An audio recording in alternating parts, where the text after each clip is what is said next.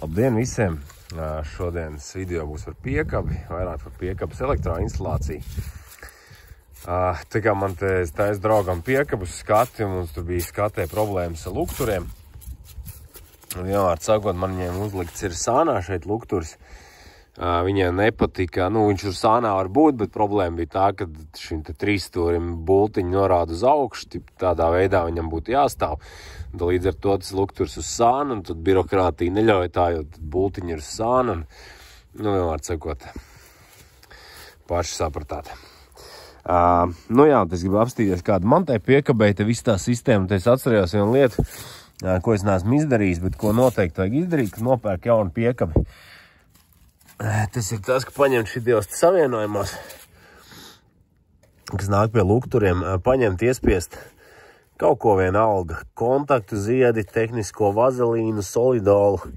Katrā ziņā kaut ko vismaz iespiest, lai šeit tiek aizsargāts tas savienojums no mitruma. Jo esmu taisījis piekabas, kurām šitien jau ir iekšā jau ir zaļais, un pēc tam viņi dabūt no turienes grūti ir ārā. Un tas zūd kontakts tur pa laikam un kārtīgi te salikt, lai te netiek mitrums. Tas savienojums ir ok. Ko es vēl daru?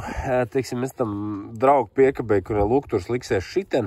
Man te tāds kā jumtiņš viņam sanāk, bet es arī ņemu ar melno izolēnu vienkārši aptinu šo te savienojumu daļu, kur lukturs ar to stikliņu iet kopā. Jo, diemžēl, lai vai cik dārgs ir lukturs, viņam nevienam nav neviena gumija, un viņi piedzem pilnu pa zeminieku braucot tam smalkām smiltiņām ar mitrumu, un tur viss iekšā pūs nost. Diemžēl dīvaini, jo pēc pirmajām žigulim, cik atceros, aizmugurējiem lukturiem bija blīvīti. Bet, šitiem lukturiem nevienam, diemžēl, nenāk. Bet stāsts īstenībā, kāpēc šis video ir, godīgi sakot, par pašu piekabi. Tā ir igauņu piekaba, Respo. Es paņēmu Strongline. Viņiem bija forši tāds reklāmas video, ka viņi vazāja viņu aiz bagīju pa karjeru un pēc tam vēl nogrūda, man liekas, pa kaut kādu krauju lejā. Forši piekaba. Ir ļoti daudz šīs te stiprinājumu vietas stropēm šiten aizmugurē. Priekšā reki tādi ritīgi āķi. Viņo plus vēl ir izgāžam.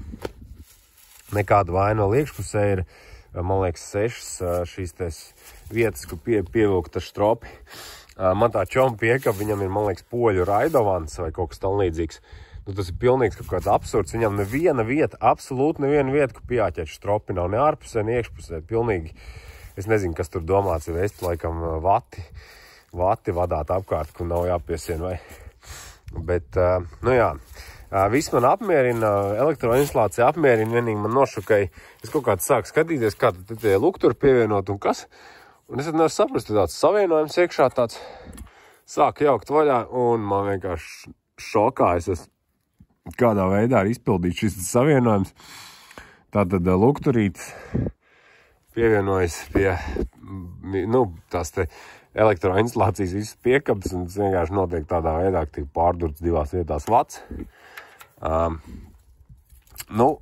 Kamēr viss ir jauns un netiek mitrums, viss tas darbojās, nav nekādu šaubu. Bet ir problēma tā, ka tajā brīdī, ja šeit tas mitrums nokļūs, un šitie te kontakti paliks zaļi, vai arī šitien iekšpusē zaļi, tad viņi nekur to zaļo no turienes nedabūtu ārā un nenotīrīt tā, lai tie kontakti pēc tam normāli turētos. Tāpēc šitādas lietas ir jādara laicīgi. Paņemšu te pat vienkārši iesmērēšu. Nav man nekādi krutie kontaktu ziedus, paņemšu gultņu ziedu, te laukos man ir. Tam nav īstenībā nekādas nozīmes. Kaut ko galvenais iesmērēt. Tātad apsmērējam šos te krokodilu zobus ar kaut ko un apsmērējam šito te vietu, ko viņi iedurās. Vienkārši, lai novērstu iespēju, kad mitrums nokļūst uz šīm metāliskajām daļām. Un tad varam saspiest kopā, aptīt ar izolācijas lenti, un tad arī tas savienojums tā var palikt. Kaut gan es uzskatu, ka šitāds tomēr, teiksim tā, pie pārējās viss, kad diezgan ok uztaisīts, tad šitas savienojums, man liekas, bišķi tā kā zem kritikas ir. Bet, labi, to mēs novērsīsim. Šitādu vāku pats uztaisīja. Manā skatījumā maksāt 8 sotaks par to stikla šķiedras vāku ir bišķi kaut kā pa daudz. Bet, nu, katram savas prasības un savas vajadzības. Un otra lieta, ko es, nu, nezinu, vai es jauku, droši vien, ka vasarā arī paņemšu nost.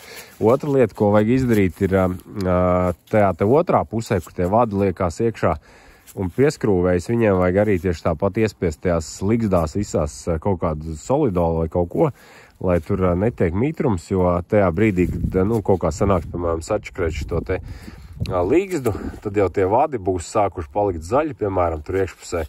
Un tad būs, nu, baigi grūti savienot, jo vispār piekabējumi kaut kāda problēma. Vai to, kad viņām, es nezinu, vai tie metāls nekvalitatīvs tiem vadiem, bet viņi ļoti ātri paliek melni. Un lielā, nu, teiksim, principā vispār otru paliek melni. Un baigi grūti pēc tam kaut ko pievienot. Tāpēc, nu, es uzskatu, ka tās lietas ir jāizdara, kamēr viņām nav problēmas. Jo tajā brīdī, kad, nu, te visi tie vadu gali būs jau palikuši melni, tad jauno to te līgstu būs baigi grūti pielikt. Nu, baigi grūti būs kontaktu noturēt, jā, lai viņš tur būtu. Un, diemžēl tām LED lampām tas mīnus, ka viņas ļoti jūtīgas pat kaut kādu tur raustīšanos un, nu, sāk raustīties, teiksim tā. Šitādu uzliku, lai bumperi neapskrāpē, kad zana piekam klāt. Gribu vēl arī uztaisīt kaut kad vasarā lielāku rīteni uzlikt tādu, jo man pa tādu te, nu, pagalvam pa zemi grūti viņu diezgan stingri, nu, viņš ķerās mazs ritenīts, mazs rādījus un gribu tādu sev nopirkt tādu lielāku ratu stipri, tikai jāuztais tā normāli cilvēcīgi. Nu tā kā tāda man tā piekaba forša, katrā ziņā neko sliktu, izņemot šo te sīkumu ar elektroinstalāciju nevar pateikt par to naudu, ko viņi maksāja, nu, man liekas, ka baigi forši. Labi, paldies, kas noskatījās, ieliekat īkšķi. Un tad jau līdz nākamajam video.